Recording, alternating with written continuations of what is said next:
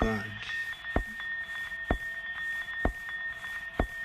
Arquetipo mental. Muy buenos días, muy buenas tardes, muy buenas noches. Soy Luis Ricardo Landeo, transmitiéndoles desde la ciudad de Piura, Perú, en este espacio llamado Arquetipo Mental, perteneciente al blog arquetipomental.blogspot.com. En este episodio tenemos de invitado a Giancarlo Biaggi, quien es jefe del Hospital Emilio Valdizán. Él es psiquiatra, analista junguiano en formación.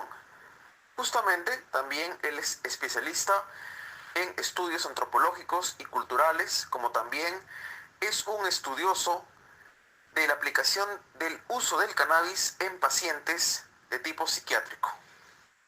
¿Cómo está, doctor Giancarlo Biaggi? Bienvenido a este espacio. ¿Qué puede contarnos acerca de su trabajo? Buenos días, Ricardo, qué gusto saludarte y a todos quienes nos escuchan. Mi nombre es Giancarlo Biaggi, yo soy médico psiquiatra y psicoterapeuta junguiano.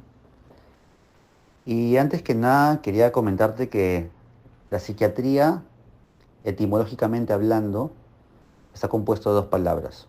Psique, que es alma, y iatría o iatros, que es sanación. Es la sanación del alma, podríamos decir. Esta hermosa especialidad del alma la elegí luego de un largo camino como médico general, formándome como médico, en el que nos encargamos mucho del cuerpo, de la comprensión y del conocimiento de cómo funciona nuestro cuerpo, nuestros órganos, nuestras células, cómo también cuando hay un mal funcionamiento también provoca síntomas y cómo abordarlos y darle una recuperación a esta persona. Pero faltaba algo esencial, que era comprender cómo esta persona sufre en ese proceso de la enfermedad y también cuál es el componente psíquico que pone a esa enfermedad y que puede incluso mejorarla como empeorarla. En este camino me di cuenta de que antes de elegir la psiquiatría tenía claro que quería ser cardiólogo, por ejemplo. Y es una anécdota que les cuento. Quería ser cardiólogo porque tenía un interés particular con el corazón. Me parecía un órgano importante, quizás uno de los más importantes de nuestro cuerpo. Y, y me interesó mucho cómo funciona, dónde estaba ubicado en esa región central, eh, y cómo es que cuando había algún componente, sobre todo psicógeno, este reaccionaba, ya sea aumentando sus latidos, sus pulsaciones o generando algún tipo de dolor. Al principio pensábamos que podíamos abordarlo solamente con pastillas, ¿no? Pero luego me di cuenta de que había que aperturar la escucha para saber que esta persona no solamente estaba padeciendo de hipertensión, por si lo sigo, palpitaciones, sino también de una preocupación, de una ansiedad, de algo que la quejaba y algo que necesitaba también ser escuchado. Esa apertura que pude darle a las personas, vi cómo empezaron a mejorar y me di cuenta de que quizás lo que debía de especializarme y que debía seguir no era esta especialidad que también considero importante, que es la cardiología, sino era mi facilidad, porque creo que así es como todo el mundo encuentra su camino, a través del cual podía escuchar a las personas y podía darles ese espacio de diálogo para que resuelvan y comprendan sus síntomas. Más allá simplemente de un diagnóstico, más allá de esperar una pastilla, que también puedan saber de que estos síntomas eran desencadenados también por otros factores a los cuales ellos también podían intervenir, ¿no? Como por ejemplo la relación de pareja, como por ejemplo una situación social, como por ejemplo una situación comunitaria incluso. Entonces decidí volverme psiquiatra también porque ya tenía conocimiento acerca de grandes mentores de la psiquiatría, ¿no? Como Jung, discípulo de Freud, Y como otros peruanos también, como Nero Delgado, como Emilio Valdizán, como Humberto Rotondo, que habían desarrollado una psiquiatría cada vez más humana, por decirlo así. Entonces, bueno, tomé ese camino, que era un camino, por decirlo así, inhóspito, debido a que en la carrera y en la formación como médico no se nos había dado, no se le había dado mucho interés a esta especialidad. Simplemente pasamos 6 meses aprendiendo de psiquiatría de los 7 años que tenemos para volvernos médicos. Y para mí fue un cambio de 180 grados, comprender la mente. Pero para comprender la mente, durante también mi formación como psiquiatra, me di cuenta que no solamente que hacía falta con comprenderla desde una visión también reduccionista y biologicista, ¿no? Como trata la psiquiatría. Sino también había que empezar a profundizar también en la raíz, en la causa del síntoma. Y que todo síntoma también es la expresión de un conflicto, que puede ser un conflicto no solamente situacional, sino que tiene que ver también con nuestra historia de vida, ya sea nuestros primeros años de vida, las experiencias vitales que atravesamos, como también a nivel transpersonal, transgeneracional incluso, durante el embarazo, y la complejidad del neurodesarrollo que recién estamos entendiendo desde hace ya unas décadas. Entonces, durante mi formación como psiquiatra, ya en un hospital psiquiátrico acá en Lima, me di con la sorpresa de que no existía esa psiquiatría del alma que yo estaba buscando. Me di cuenta de que la psiquiatría se convertía en más que esta escucha que yo buscaba, era solo paliar síntomas y comprender que todo síntoma había una medicación para cada síntoma. Entonces de pronto, en el segundo año de psiquiatría, en el primer año, segundo año de psiquiatría, me di con experiencias personales también, a las cuales atravesé, porque creo que es importante como médicos del alma también atravesar un proceso personal de algunas crisis que son necesarias para poder comprender también cómo sanar a los demás. Y en ese momento de una crisis importante en mi vida, pude optar también por otras formas de sanación. Me di también con la medicina tradicional, con otras formas de sanar, como otras medicinas como la ayahuasca, como la huachuma, con médicos tradicionales y maestros muy experimentados en la materia, que me pudieron acompañar y ayudar en este camino, ese hermoso camino que es el autodescubrimiento, y poder ayudarme también a sanar en ese momento. Desde ahí comprendo que había otra profundidad de la que otra vez estábamos obviando y que no nos estábamos acercando a ella, debido a que también la estábamos dejando de lado por solamente empezar a categorizar las personas y solamente enfocarnos en el diagnóstico y en qué tratamiento darle, pero no en escuchar a esta persona y cuál es su necesidad real, humana, del alma. Y eso fue lo que me llevó ya a interesarme por corrientes del psicoanálisis primero y luego del psicoanálisis junguiano. ¿Por qué elegí Jung y no el psicoanálisis más ortodoxo o freudiano, incluso lacaniano?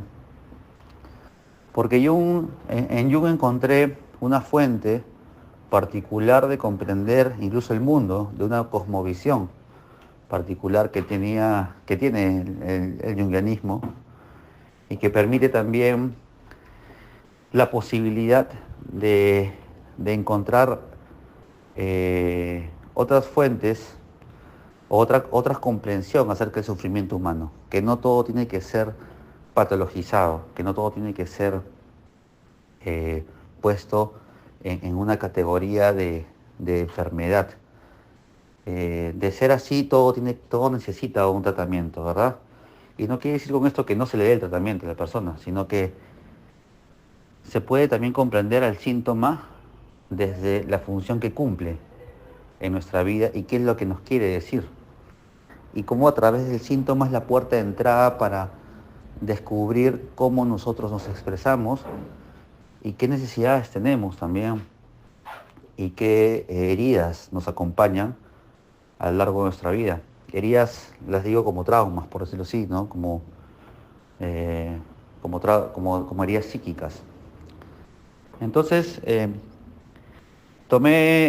desde el segundo año de psiquiatría, vino a Perú la formación de Jung, la primera formación de Jung, donde estuvimos muchos de mis colegas, bueno, y psicólogos y mucha gente interesada en su teoría. Y me di cuenta que había otro universo que explorar, pero que para explorar ese universo tenía que poco a poco deconstruirme. ¿Qué quiere decir?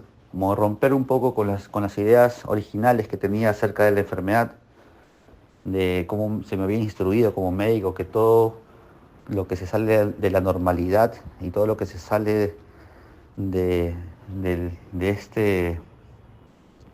aquello que llamamos salud, puede también, debe ser medicalizado, debe ser categorizado en un diagnóstico, ¿no? Entonces, me di con la sorpresa de que Jung tenía justamente esto que a mí me resonaba y que particularmente considero que para que tú sigas un modelo de psicoterapia o una formación como psicoterapeuta, te tiene que resonar, más allá de la evidencia, más allá de lo que las personas o la ciencia dictamine como lo que debes hacer. Creo que cada psicoterapeuta es una herramienta por sí misma que tiene que que tiene que modelarse en función a sus capacidades y a su comprensión del mundo. Y lo que Jung hace, o en todo caso lo que la psicología analítica junguiana fue haciendo conmigo desde el inicio, fue haciéndome comprender cuál era mi potencialidad como sanador, como psiquiatra, como médico, en este camino de acompañar a otras personas en sus dolencias. Y entonces de esa forma pude profundizar cada vez más en sus teorías, darme cuenta de mucho de lo que él tenía también resonaba conmigo, con mi experiencia personal. Pude encontrar también herramientas y comprensiones de la salud mental que me eran más coherentes a lo que yo pensaba y que podíamos también no ser tan pesimistas con la psiquiatría convencional, que simplemente miraba a las personas y solamente tenía que recetar y dar medicación y decir, bueno, no hay más, sino también comprender de que existen otras formas de ser y estar en el mundo y que cada uno necesita y merece un espacio y una escucha particular y un abordaje especializado, individualizado. Entonces, bueno, eso fue lo que a mí me llevó a primero ser psiquiatra, el camino del alma, el camino del corazón, y después de ser psiquiatra, decidir otra vez, por segunda vez, el camino del alma y el camino del corazón. Porque como psiquiatras, como te digo, también se nos enseña mucho que es una forma que los trastornos mentales existen solamente porque, bueno, o esa era la teoría, ¿no? Que nosotros sabemos que manejamos la teoría biopsicosocial, lo cual me parece que hay que agregar biopsicosocial y espiritual, pero que solamente se manifiesta por un desajuste de neurotransmisores que había que otra vez regular con medicación y más no comprender por qué esta persona siente y manifiesta estos síntomas. Y eso es lo que me llevó a ser junguiano. Y como junguiano puedo ahora comprender desde una profundidad mayor, no solamente como junguiano uno se entiende de otras ciencias, más bien las integra, porque creo que eso es lo que facilita la psicología analítica junguiana, que también te abre a otra, no solamente a apartarte y encerrarte en una teoría, sino saber que todas las teorías son afines en realidad, solo que son puntos de vista diferentes y que cada uno mira bajo un lente distinto, pero que parten de la misma realidad y que todas pueden también sugerir un cambio si las integramos. Entonces, esto fue modelando también, como te digo, mi forma de hacer salud mental hacia una más integral, donde muchas de las áreas y dimensiones del ser humano pueden ser abordadas de distintas perspectivas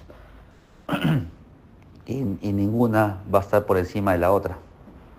Eso fue lo que para mí significó volverme junguiano y psiquiatra. Lo que me dice doctor Biaggi es realmente muy cierto. Cabe decir, y me gustaría acotarle a todo el público, que no solamente podemos observar problemas en la psiquiatría, sino también en la psicología. De hecho, hay bastantes psicólogos sin alma. En especial aquellos grupos donde encontramos psicólogos que nos repiten hasta el cansancio en las universidades sobre que hagamos una psicología basada en evidencia. Muchos de estos personajes que comentan esta frase cliché generalmente son psicólogos que no investigan y solo se dedican a juzgar ramas que en lo personal ellos no consideran científico. ¿Y a qué le llaman científico? Generalmente le llaman científico a todo lo que viene siendo el conductismo. Lo demás no existe. Por otro lado, cabe mencionar que lo que usted me comenta bajo su experiencia personal de hallar una respuesta me recuerda bastante al concepto de el sanador herido. Es decir, todo sanador es un sanador herido y por lo tanto busca sanarse como también sanar a otros. Es ahí también donde usted creo que menciona al comienzo de esta entrevista sobre las plantas maestras. ¿Cómo fue su experiencia con plantas maestras como el ayahuasca, el San Pedro, entre otras? Y por otro lado, también me gustaría saber, ¿qué opina usted de esta frase que acabo de mencionar, que todo sanador es un sanador herido? Bueno, en primer lugar, no todo sanador siempre es un sanador herido, debido a que muchas veces, yo incluso diría la mayoría de las veces, los sanadores no se dan cuenta de su herida y solo se identifican con el lado del sanador y excluyen al herido. Por tanto, solo lo encuentran en el herido, es decir, en su proyección con el otro. Entonces, no considero. Ahora, para ello existen, no todas las escuelas y las formaciones en psicoterapia te contribuyen a la sanación de quien la ejerce, ¿no? O la practica. En todo caso, existen escuelas como las psicodinámicas y las humanistas, que si es necesario atravesar por un proceso psicoterapéutico, un análisis personal de supervisión clínica, ¿no? Para poder justamente observar aquellos puntos ciegos que tenemos y que pueden perjudicar el análisis durante la transferencia, que es un término psicoanalítico, que tiene que ver con el vínculo mayormente entre la persona y el sanador, el paciente y el sanador. Entonces, para darte cuenta de la herida, en realidad hay que atravesar un proceso de sanación personal y para ello necesitas a otra persona que te ayude a atravesarlo. A veces pienso que hay mucha soberbia en el hecho de pensar de que uno mismo puede ser su propio sanador. Y claro, el éxito de la psicoterapia tiene que ver con despertar el sanador interior, ¿no? Muchas veces habla de eso. Pero también considero de que hay que aceptar también que podemos dejarnos acompañar por otra persona. Y a veces eso es lo más difícil del sanador, dejarse acompañar. Y ahí tiene que ver mucho su ego y ahí justamente se encuentra su herida, la que no quiere ver. Bueno, por otra parte, el tema con las plantas maestras, básicamente no es con las plantas maestras en general, sino es con la medicina tradicional peruana.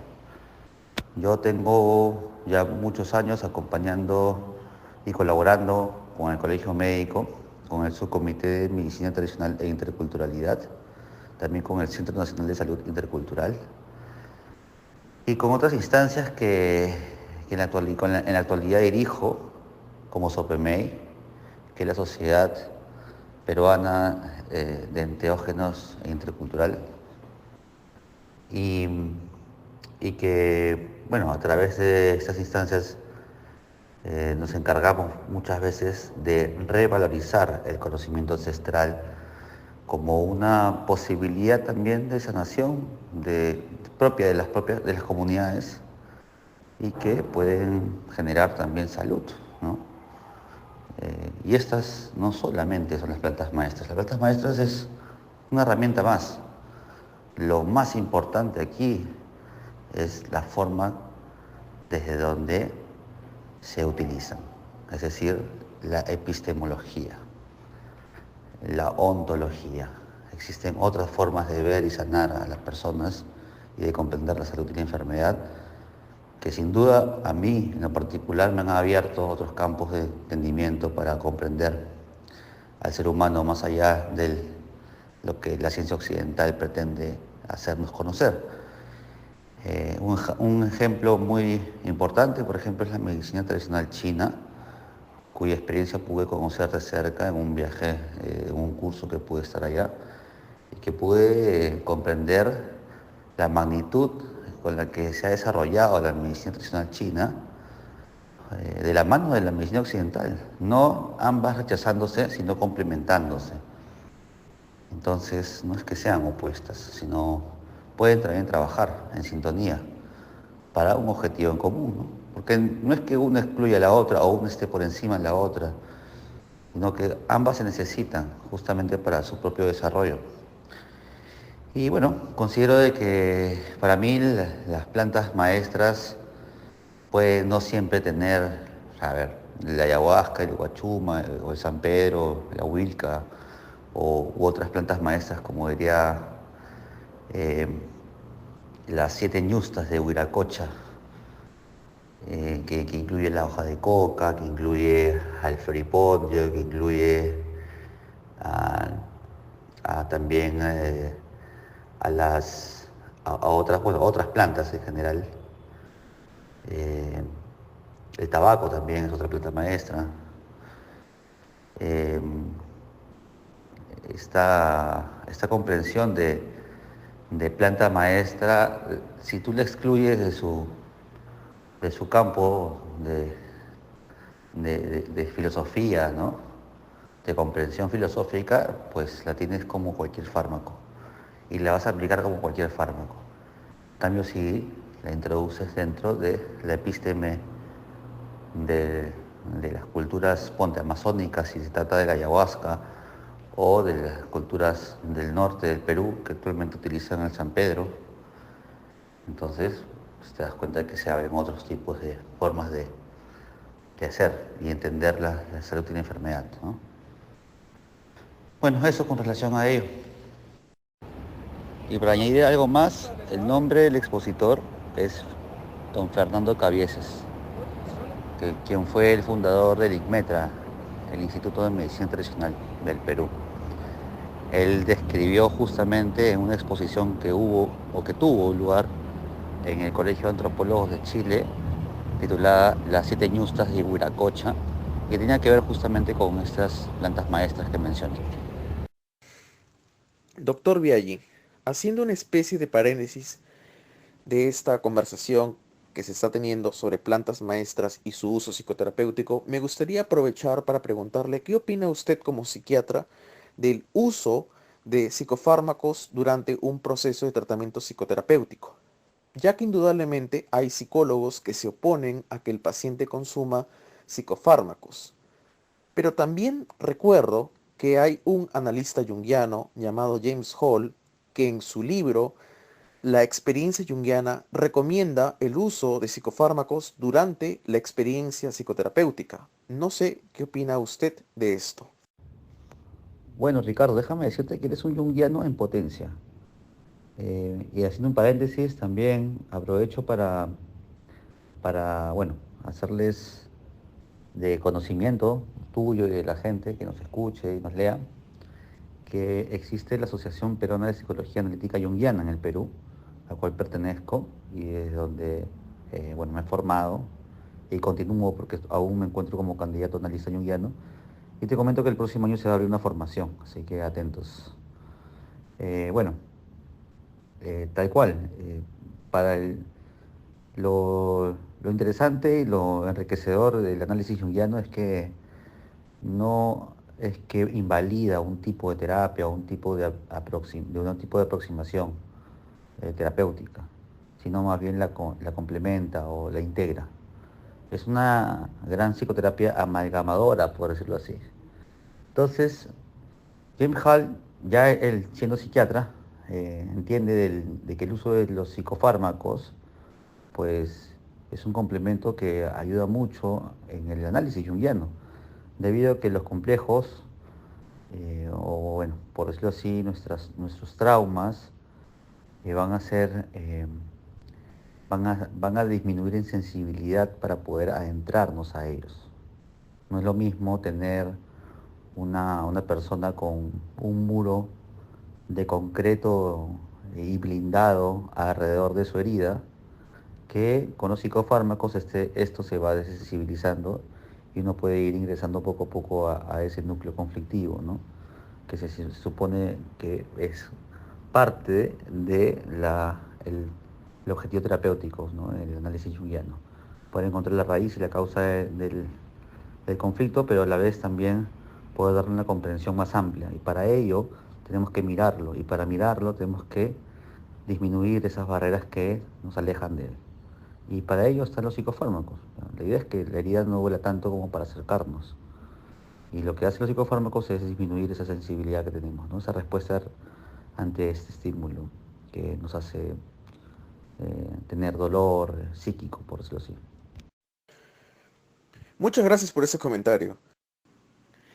Y así, doctor, como usted dio mención acerca de la Sociedad Peruana de Psicología Analítica, me gustaría comentarle a los oyentes de este programa que la Academia de Hiporquetipal, que pertenece a la Sociedad Peruana de Psicoterapia Junguiana, también está justamente abierta a ofrecer cursos de especialización sobre psicología junguiana, también psicoanálisis y claramente también de la psicología transpersonal, que como muchos sabrán es una variante de la psicología junguiana. Cabe decir que la psicología transpersonal, para muchos quizás no lo sepan, de una u otra manera combina también las escuelas psicoanalítica freudiana y también obviamente la psicología humanista con la psicología junguiana, haciendo todo esto un conjunto integrativo, ¿no? Que permite de una u otra manera ayudar a la persona o mejor dicho a los pacientes. Bueno, justamente ya que estamos hablando del tema de psicoterapia con psicofármacos, también cabe decir que algunos psicofármacos vienen siendo considerados también drogas, ¿no? Por eso el tema de la adicción con algunas medicinas psiquiátricas. Pero también, por otro lado, me gustaría tocar un tema muy controversial, que es el uso de la cannabis o la marihuana desde el punto de vista terapéutico. Usted, doctor, por ejemplo, trabaja con cannabis. He visto que usted ha realizado conferencias con respecto al uso de la marihuana, pero igualmente sigue siendo un tema tabú en nuestro país. Es muy raro encontrar un paciente que no nos diga cuando escucha la palabra le voy a recetar cannabis que termine asustándose. Entonces, veamos por partes. Por una parte se nos dice que la marihuana es muy útil en el tratamiento de pacientes anoréxicas, mientras que también es útil en caso de pacientes ansiosos para rebajarles un poco su intensidad. Igualmente sucede con el caso de algunos pacientes de condición hiperactiva. Pero me gustaría preguntarle a usted como psiquiatra, eh, ¿cómo se puede dosificar, por ejemplo, el consumo del cannabis durante un tratamiento psicoterapéutico? Por otro lado, tenemos también la cuestión del CBD y el THC. Justamente el CBD se recomienda mucho en el consumo de gotas, pero el THC ¿es realmente algo maligno, dañino o puede tener sus beneficios? Y por otro lado, la marihuana, ¿cómo debe consumirse? ¿En gotas? ¿Bajo alimentos, como lo tenemos en esos llamados brownies espaciales, o se debería también consumir de su forma tradicional, que es el cigarrillo o troncho de marihuana. Entonces, ahí quisiera saber cómo se debería consumir la dosificación, ya que usted como psiquiatra puede iluminar al público como también a uno mismo, quien está realizando la pregunta. Bien, la medicina canábica es una medicina que al momento ha demostrado experiencias satisfactorias y benéficas en los pacientes, en los usuarios que optan por este tipo de tratamiento. De hecho, yo lo utilizo para personas con ansiedad leve, moderada o también para disminuir el uso de benzodiazepinas, por ejemplo, en cuanto a su acción ansiolítica, ¿no? Y también para como coadyuvante ante estados depresivos. Ahora, como toda medicina recetada por un médico, debe ser evaluada, debe ser primero evaluado por una persona, bueno, por un médico especialista que tenga conocimientos del tema y que pueda también determinar el porcentaje, ya que esto es una fórmula magistral y uno puede diseñar, por decirlo así, la fórmula que necesita para que haga efecto en la persona de acuerdo de acuerdo a lo que él tiene, ¿no? Los síntomas que presente. Entonces no es tan simple como comprar un aceite y tomarlo, ¿no? Es más complejo que eso. De hecho, hay todos unos estudios de endocannabinología, que es el sistema endocannabinoide, que tiene que ver con el sistema, con el lugar donde actúan el cannabis, ¿no? Y los cannabinoides exógenos, que vendrían a ser el THC y el CBD, pero existen muchos otros que tienen que ver con los cannabinoides endógenos, como la anandamida, por ejemplo, ¿no? Y además existen otros tipos de sustancias que la propia planta cannabis tiene, como los terpenos, que también actúan a nivel del sistema nervioso central y bueno, incluso periférico. El sistema en general es multisistémico la acción, pero bueno, no nos vamos a enfocar en eso y decirle a las personas que es una herramienta también como muchas otras que está dando buenos resultados, pero sí que no hay estudios concluyentes a través de la ciencia médica que haya podido determinar que esto es específico para tal cosa o tal otra, ¿no? Sino que van sumando, como muchas otras herramientas que tenemos en psiquiatría y salud mental, es una más que nos ayuda también al beneficio de la disminución de los síntomas de los usuarios, ¿no? De las personas que atendemos. Doctor, dentro del trabajo de la psicología junguiana, cabe decir que tenemos el análisis de los sueños, pero también usted es una persona especializada con el trabajo de plantas enteogénicas, como el ayahuasca. Cabe mencionarse que hay un pintor llamado Pablo Maringo, de Iquitos, el cual pinta sus visiones que ha tenido con la bebida de la ayahuasca. Indudablemente estas visiones son muy simbólicas, son claramente una representación surrealista como la que podemos observar en pinturas que se basan en los sueños. También tenemos comentarios de parte del famoso pintor Alex Gray, que menciona una diferencia que existe entre los sueños y las visiones psicodélicas. Es ahí que me gustaría preguntarle, cuando uno analiza, por ejemplo, visiones que se tiene de la ayahuasca, ¿puede ser también analizadas como un análisis de sueño? Y por otro lado, ¿también considera usted como Alex Gray o difiere que los sueños son diferentes a las visiones psicodélicas? ¿O podríamos decir que las visiones psicodélicas son una forma de sueño? La experiencia onírica, como la experiencia visionaria, es decir, los sueños como las visiones surgidas a través de toma de enteógenos o psicodélicos, van a provocar la emergencia de imágenes que surgen desde nuestro inconsciente. Para ello es necesario también tener la capacidad de poder interpretarlos. La interpretación desde la psicología junguiana es por ello que también es una de las corrientes que más afinidad podría tener con la elaboración simbólica de estas imágenes durante las ceremonias de ayahuasca, ya sea o de otras experiencias psicodélicas o enteogénicas, puede traer un rico material simbólico que puede enriquecer nuestro desarrollo personal, como así como lo que pasa en los sueños. La psicología junguiana es de los modelos terapéuticos o enfoques psicoterapéuticos que más atención dan a los sueños o a las experiencias también a través de la fantasía o a través de los sueños lúcidos, ¿no? Toda experiencia que surja del inconsciente va a ser tomada para la psicología analítica como una fuente muy valiosa desde donde partimos para reconocer a la persona y que la propia persona pueda integrar esos símbolos o esa información para su propio desarrollo personal. Entonces, tanto las experiencias visionarias como los sueños vendrían a ser experiencias que van a contribuir al desarrollo de la persona tanto a nivel individual como colectivo y comunitario, como lo que en la selva o en las comunidades amazónicas pues tiene muy en cuenta, ¿no? Que no solamente es el individuo sueña para uno mismo, sino también sueña para la comunidad.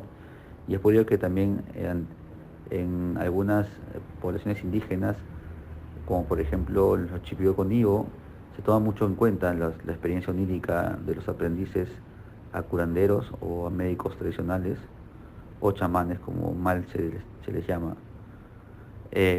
para que puedan también ver en sus visiones cómo no solamente él va evolucionando en su aprendizaje y en su relación con los espíritus de las plantas, que es como se les llama, sino también cómo es que empieza a tener un vínculo con ellos y lo que puede también surgir a través de una información que pueda conocer hechos de la comunidad e incluso prepararse para algunas adversidades, ¿no? Como lo que fue en el COVID. En el COVID muchas personas, tanto a través de las visiones con ayahuasca, y es lo que me comentaban durante mis estudios de campo, allí en Pucallpa, en la selva, en las comunidades indígenas que pude visitar en esa época, me comentaban cómo es que los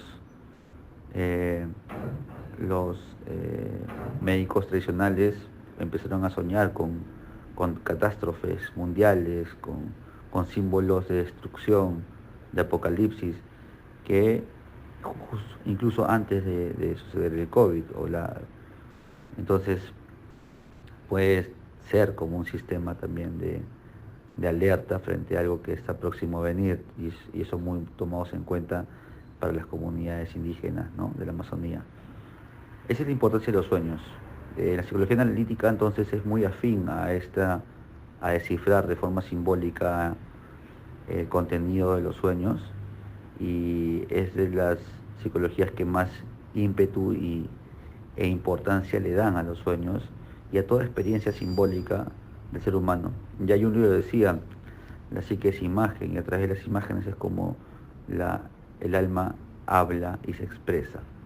Entonces, pues están muy relacionados, diría que la experiencia son bastante similares, solo por algunas diferencias que tendremos que tener en cuenta, tanto a nivel de la estructura del yo, ¿no? Básicamente existe un yo onírico y un yo visionario, ¿no? El yo onírico pues no tiene mucha conciencia de sí mismo, a menos que sean sueños lúcidos o sueños que uno pueda controlar, ¿verdad? La experiencia onírica, que es difícil y no es muy frecuente. Generalmente cuando soñamos no sabemos que estamos soñando, pero en el yo visionario sí hay una conciencia todavía que está anclada a la realidad, ¿verdad?, a la vigilia, y que también puede estar consciente de que eso está ocurriendo, ¿no? Y entonces es distinto, pero igual las imágenes surgen y la interpretación vendría también a tener mucha importancia en el desarrollo ya si hablamos de psicoterapia asistida con enteógenos, ¿no?, con psicodélicos, eso sería parte de la integración de la experiencia psicodélica. Bueno, eso. Bueno, doctor, muchas gracias por esa entrevista, muy amable. No sé si tiene usted algún comentario final que acotar. Bueno, gracias a ti por la oportunidad también de poder dar a conocer otras formas también de comprender la salud mental, la psique y el ser humano. Bueno, mi recomendación final y para todos aquellos que nos escuchan y para quienes están interesados en continuar esta senda, ese camino de exploración acerca de la mente y el alma humana, es justamente eso, sentir que estamos en un terreno que aún no tenemos las cosas claras. Por tal motivo hay mucho por descubrir, mucho por indagar, mucho por seguir aprendiendo. Nada está dicho en salud mental, más aún en la psique humana. Todavía tenemos mucho tramo por recorrer y es por ello que también los animo a seguir investigando, seguir leyendo y a seguir interesándose por temas que no solamente pues la academia nos brinda, sino por otros temas de otras fuentes de conocimiento, de otras disciplinas y de otras ciencias que también van a aportar a este entendimiento de la gran complejidad que es el ser humano. Así que bueno, muchas gracias Ricardo y espero estar contigo pronto para otra siguiente oportunidad de seguir compartiendo. Que estén bien y hasta la próxima.